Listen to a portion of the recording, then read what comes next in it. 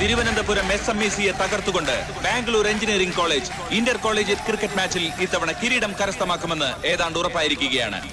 ഒരു ഓവർ മാത്രം ബാക്കി നിൽക്കെ ഇനി 18 റൺസ് കൂടി എടുത്താലേ തിരുവനന്തപുരം SMECക്ക് വിജയം കണ്ടെത്താനാകൂ. 2 വിക്കറ്റ് മാത്രം ബാക്കി നിൽക്കുമ്പോൾ ഓൾറൗണ്ടറായ രമേഷ് പ്രസാദും ഗവാസ്കർ ബഷീറുമാണ് SMECക്ക് വേണ്ടി ഇപ്പോൾ ക്രീസിലുള്ളത്. ഒരു ഓവറിൽ ശ്രമകരമായ കാര്യമാണ്. അയ്യോ പോയേ ലേഖ പോയേ, അയ്യോ പോയേ ലേഖ പോയേ, അയ്യോ പോയേ ജൂലി പോയേ. ഈ സ്റ്റീഫനും കൂട്ടർക്ക് നാണമില്ലേ? സ്വന്തം കോളേജ് തോറ്റാലും സാരമില്ല, അവർക്ക് ലേഖയും ജോലിയും തോപ്പിച്ചാൽ മതി. ഈ നിർണായക ഫൈനലിന്റെ അവസാന ഓവറിൽ ബൗൾ ചെയ്യുവാനായി ഇതാ ബാംഗ്ലൂർ എഞ്ചിനീയറിംഗ് കോളേജിന്റെ മിടുമിടുക്കനായ ഫാസ്റ്റ് ബൗളർ ശ്യാം സുന്ദർ. ഞാൻ പ്രിൻസിപ്പൽ ആയിരിക്കെ ഈ കോളേജ് ഗ്രൗണ്ടിൽ കണ്ണിൽ കണ്ട ബാംഗ്ലൂരിൽ നിന്ന് വന്ന സാത്താന്റെ സന്തതികൾ എന്റെ കുഞ്ഞുങ്ങളെ എറിഞ്ഞു വീഴിക്കുന്നത് കാണാനുള്ള ശക്തി എനിക്കില്ല. ചാവുന്നതിന് മുമ്പ് അന്ത്യകൂദാശ ചൊല്ലല്ലോ. ഇനി ഒന്നുകൂടെ ഓവറാവാനുണ്ടല്ലോ. എനിക്കുള്ള അത്ര പ്രതീക്ഷ കൂടി പ്രിൻസിപ്പാൾ അച്ഛനല്ലാന്ന് വെച്ചാൽ കഷ്ടം. ഇല്ലടോ ഇല്ല, എന്റെ എല്ലാ പ്രതീക്ഷയും പോയി. ഇനി ജയിക്കാൻ വല്ല ചാൻസും ഉണ്ടോ ജോലി? ഒരു ചാൻസും ഇല്ല. നമുക്ക് മുങ്ങിയാലോ? എങ്ങനെ മുങ്ങാൻ? എങ്ങോട്ട് മുങ്ങിയാലും അവന്മാര് പൊക്കൂ. നാണക്കേടായി പോയി. ജൂലി 10,000 സ്റ്റീഫനോട് ബെറ്റ് വെച്ച് പോട്ടെ നോക്കിയാ. കാരണം ഇവളുടെ അപ്പ പൂത്ത കാശുള്ള ഗൾഫുകാരനാ. പക്ഷെ ലേഖ ചിമ്പുവിനോട് തല മൊട്ടയടിക്കാന്ന് പറഞ്ഞത് അല്പം കടന്ന് കൈയായി പോയി. മൊട്ടയടിക്കാൻ തയ്യാറായിക്കോ. ദേ ചിമ്പു കത്തിയുമായി അവിടെ നിൽക്കുന്നുണ്ട്. കോളേജ് യൂണിയൻ ചെയർപേഴ്സന്റെ തല വടിക്കുന്നതും ഒരു സുഖമാണേ. 4 വിക്കറ്റ് എടുത്ത് തിളങ്ങി നിൽക്കുന്ന ശ്യാം സുന്ദർ ഇതാ ബോൾ ചെയ്യുന്നു.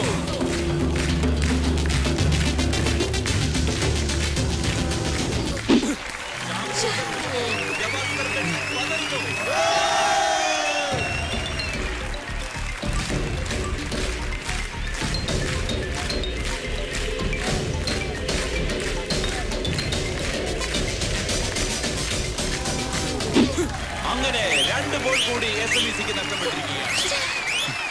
ഇനി 4 ബോളും 18 റൺസും.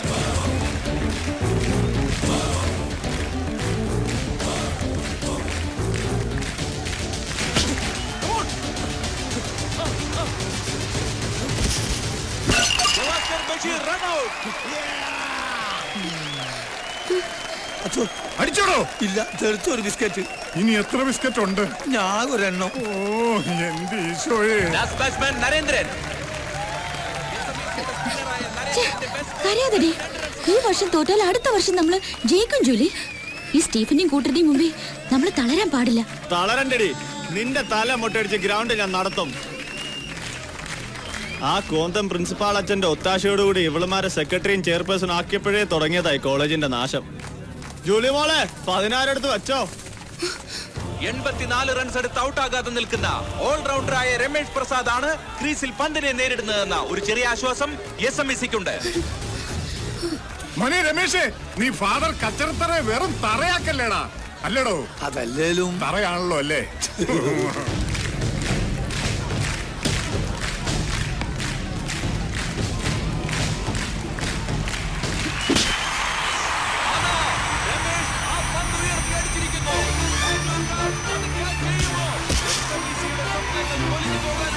എല്ലാ സാധ്യതയുമുണ്ട്. അത് ക്യാച്ച് ചെയ്യുമോ? ഇല്ല, അത് തന്നെ. രമേഷ് പ്രസാദ് SMECക്ക് വേണ്ടി അത്യുഗ്രൻ സിക്സർ അടിച്ചിരിക്കുന്നു.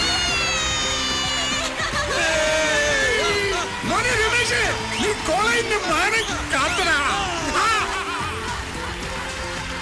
ഇതോടെ രമേശ് 90 റൺസ് എടുത്തിരിക്കുന്നു.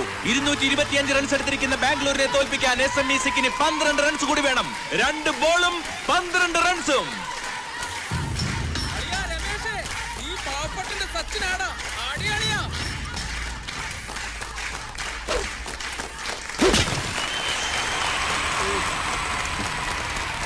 ഇതാ അടുത്ത സിക്സർ കൂടി.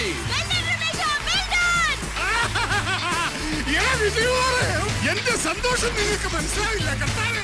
220 റൺസ് എടുത്തിരിക്കുന്ന SMECക്ക് ഒരു ബോളിൽ 6 റൺസ് വേണം. ഒരു ബോളും 6 റൺസും. മോനെ രമേശേ, അച്ഛനെയും കോളേജിനെയും നീ രക്ഷിക്കടാ.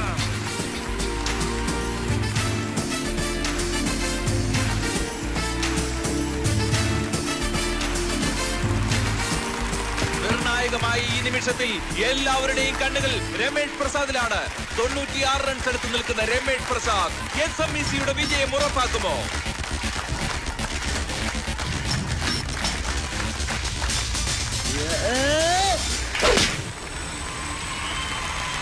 ഇതാ രമേഷ് പ്രസാദിന്റെ അത്യുജ്വലമായ സിക്സർ SMECയുടെ വിജയം ഉറപ്പാക്കിയിരിക്കുന്നു. ഈ മത്സരത്തിൽ SMEC വിജയിച്ചിരിക്കുന്നു.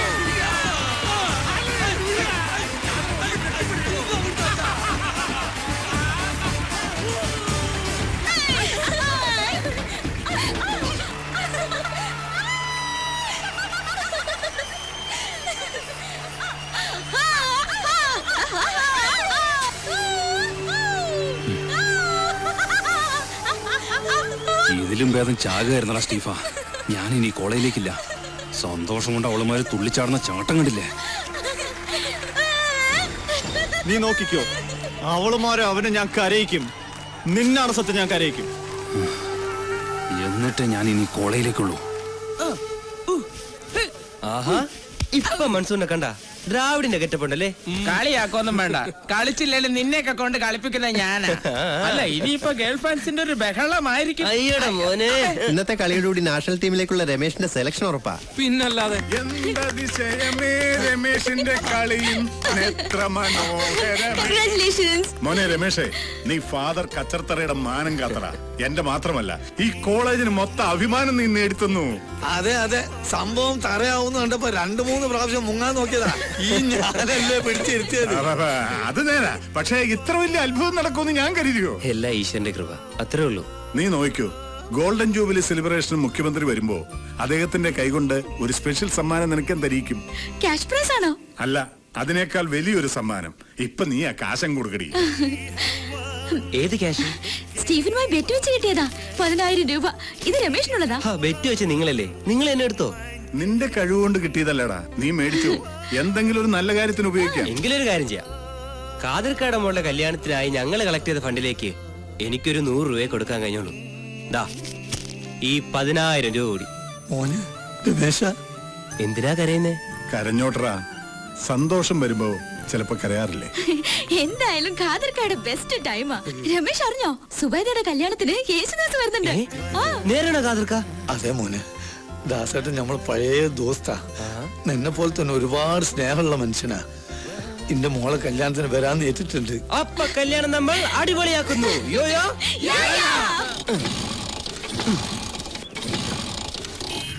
അല്ല, രമേശിനെക്കാളും പ്രായമുണ്ടല്ലേ സ്കൂട്ടറിന്? ഓൾ ഈസ് ഗോൾഡ് അല്ലേ രമേശ? ഒന്ന് ജീവിച്ചു പോട്ടെ മോളെ. അയ്യേ, ഈ പാട്ട വണ്ടി മാറ്റി ഒരു പുതിയ ബൈക്ക് വാങ്ങിച്ചൂടെ രമേശ? അതിന് ചക്രം വേണ്ടേ? ചക്രം കൂടി കൂട്ടിച്ചേർത്തല്ലേ ബൈക്ക് തരുന്ന? മോളെ തമാശിക്കല്ലേ, വാങ്ങാനുള്ള ദുട്ടിന്റെ കാര്യ പറഞ്ഞ്. ആഹാ, ഇത്രയും കഷ്ടപ്പാടുള്ള ആളാണോ 10,000 രൂപ കിട്ടിയിട്ട് ഡൊണേറ്റ് ചെയ്തത്? അതെ, അത് ബെറ്റ് വെച്ച കാശല്ലേ. സ്വന്തം വിയർപ്പ് കൊണ്ട് അപ്പം ഭക്ഷിക്കുവിൻ എന്നാണ് പ്രമാണം.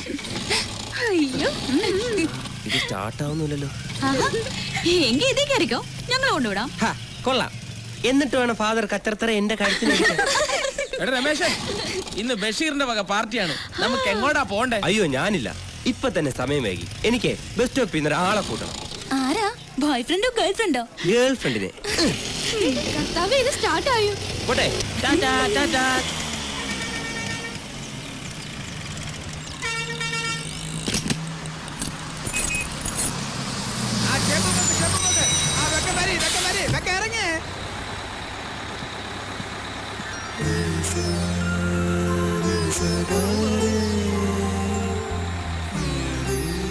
അമ്മ എന്താ ലേറ്റായ? ലേറ്റോ? വന്നിട്ട് ഒത്തിരി നേരമായോ? ഇപ്പൊ എത്തിയുള്ളൂ.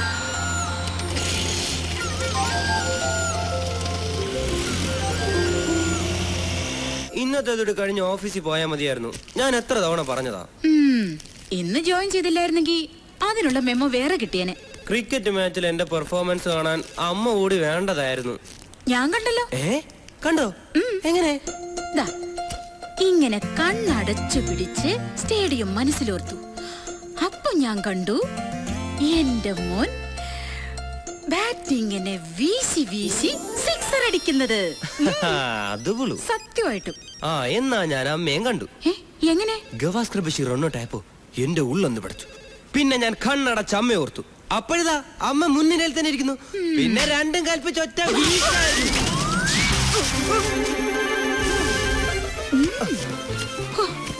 അയാള് കാണഞ്ഞത് ഭാഗ്യം. വാ. ആ എന്നിട്ടെന്താ? സ്റ്റേഡിയം വെറുപ്പിച്ചളഞ്ഞില്ല ഞാൻ. മുഖ്യമന്ത്രിയെ എനിക്കുള്ള പ്രൈസ് തരാൻ പോകുന്നത്. പിന്നെ ബെറ്റ് വെച്ച വകയിൽ 10,000 രൂപയും കിട്ടി. 10,000? ആ. എന്നിട്ട് 10,000 രൂപ നീ എന്ത് ചെയ്തു? അത് നമ്മുടെ കാതിർക്കാട് മോളുടെ കല്യാണ ഫണ്ടിലേക്ക് കൊടുത്തു. അത് നന്നായിടാ. 4 പെമ്മക്കളിലെ ആ പാവത്തിന് എന്തെങ്കിലും ഒരു ആപത്തുണ്ടായാ ഓടിയെത്താനും ആശ്വസിപ്പിക്കാനും ആ ഒരു കുടുംബേ ഉള്ളൂ നമുക്ക്. എന്താ ചെയ്യാന്നോർത്ത് ടെൻഷൻ അടിച്ചിരിക്കായിരുന്നു ഞാൻ. നന്നായി, അതൊരു പുണ്യായി.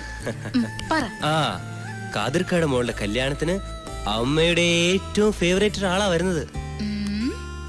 ഗാനഗന്ധർവൻ യേശുദാസ്. ഉവ്വോ, എങ്കിൽ നമുക്ക് നേരത്തെ പോണം. നമസ്കാരം മേയർ സാറേ. സാർ അല്പം ലേറ്റ് ആയിപ്പോയി. കുറച്ചുകൂടെ നേരത്തെ ആയിരുന്നെങ്കിൽ ഗാനഗന്ധർവന്റെ പാട്ട് നേരിട്ട് കേൾക്കായിരുന്നു. അത് ഇനിയും കേൾക്കാമല്ലോ. ഇത് ഭയങ്കര പന്തലും സെറ്റപ്പ് ഒക്കെ ആണല്ലോ. അതെ, പാർട്ടി ഫണ്ടിലേക്ക് കാശ് ചോദിച്ചാൽ ഇയാൾക്ക് ദാരിദ്ര്യ. ഇപ്പൊ പൂത്ത കാശ് ഇറക്കിട്ടുണ്ടല്ലോ. പടച്ചോനാണ് നമ്മളെ കോളേജിലെ കുട്ടികളെ സെറ്റപ്പാ. നിങ്ങൾ അകത്തേക്ക് ഞാൻ കുടിക്കാൻ എടുക്കാം. എന്തായാലും സംഗതി കൊള്ളാം. നമ്മുടെ നടേശൻ മന്ത്രിക്കെതിരെ കേസ് കൊടുത്തോളല്ലേ അത്? അതെ, അവള് തന്നെ. അമ്മയ്ക്കായതുകൊണ്ട് സ്പെഷ്യൽ ആയിരിക്കും. കല്യാണ വീട്ടിൽ വന്നിരുന്ന് ബലസ് ആണല്ലോ. ഹലോ, എന്താ എത്ര വലിയ ചിരി? വേറെ ആരുടെയെങ്കിലും പേരിൽ പീഡന കേസ് കൊടുക്കാനുള്ള ഗൂഢാലോചനയാണോ? ഞങ്ങളുടെ മന്ത്രി നിങ്ങളുടെ എവിടെ കയറിയാ പിടിച്ചത്? കുറച്ചുകൂടി മാന്യമായിട്ട് സംസാരിക്കണം. മാന്യത പഠിപ്പിക്കാൻ നീ ആരടി? വേണ്ട. എന്താ പ്രശ്നം? ഇവളെ ഒന്നും അന്തസ്സുള്ള തറവാട്ടി കയറ്റാൻ കൊള്ളത്തില്ല. വിജയൻ സാർ കച്ചറുണ്ടാക്കരുത്. ലോകം മുഴുവൻ അറിയപ്പെടുന്ന വലിയൊരു മനുഷ്യൻ എന്നോടുള്ള സ്നേഹം കൊണ്ട് വന്നിരിക്കണം. മംഗലപ്പുറയാണിത്. എന്താ കാതറേ പ്രശ്നം? ഒന്നുമില്ല ചേട്ടാ, ഇത് നമ്മുടെ കോർപ്പറേഷൻ മേയർ വിജയൻ സാർ. സാറേ, ഉള്ള കാര്യം കണ്ട എനിക്ക് പറയാതിരിക്കാൻ പറ്റത്തില്ല. തൊലിവെളുപ്പം വെച്ചുകൊണ്ട് നാട്ടിലുള്ള മാന്യന്മാരെ നാണം കെടുത്താൻ ഇറങ്ങിയിരിക്കവള്. പിന്നെ എനിക്കിച്ചിരി വിദ്യാഭ്യാസം കുറവായതുകൊണ്ട് വായി വരുന്നത് പച്ച തെറിയായിരിക്കും. ദാസാറിനറിയോ, ഞങ്ങളുടെ മന്ത്രിക്കെതിരെ കള്ളക്കേസ് കൊടുത്തോളോ അവള്. എന്തുമായിക്കോട്ടെ, അതിനിങ്ങനെ പരസ്യമായിട്ടൊരു സ്ത്രീയോട് ഇത്ര മോശമായി സംസാരിക്കുന്നത് ശരിയാണോ? രാഷ്ട്രീയ നേതാക്കൾ ആദ്യം പഠിക്കേണ്ടതും പാലിക്കേണ്ടതും സംസ്കാരത്തോടെ പെരുമാറാനാണ്. ഈ മന്ത്രിസ്ഥാനവും ചെയർമാൻ സ്ഥാനവും ഒക്കെ ജനങ്ങളെ ബുദ്ധിമുട്ടിക്കാനും പീഡിപ്പിക്കാനുള്ളതല്ല, അവരെ സേവിക്കാനുള്ളതാണ്. അത് നിങ്ങൾ മറക്കരുത്. അതെങ്ങനെ ദാസേട്ടാ, ഇതൊക്കെ മനസ്സിലാക്കാൻ വിവരം വേണ്ടേ? ഈ നാട്ടിൽ ഒരു പിയൂണാകാൻ പോലും മിനിമം വിദ്യാഭ്യാസ യോഗ്യതയും ട്രെയിനിങ്ങും ഒക്കെ വേണം. പക്ഷേ നമ്മുടെ നാട് ഭരിക്കുന്ന ചെയർമാൻമാർക്കോ മന്ത്രിമാർക്കോ ഇതൊന്നും വേണ്ട. വേണ്ട, ഫാദർ പറഞ്ഞത് ശരിയാ. പക്ഷെ സർവകലാശാല ബിരുദമില്ലെങ്കിലും നാട് ഭരിക്കുന്നവർക്ക് ജീവിതാനുഭവം വേണം. പട്ടിണിക്കാരന്റെ വിശപ്പും വേദനയും മനസ്സിലാക്കാനുള്ള ഹൃദയം വേണം, മനുഷ്യത്വം വേണം. പലർക്കും അതില്ലാതെ പോയതാണ് നമ്മുടെ നാടിന്റെ ശാപം.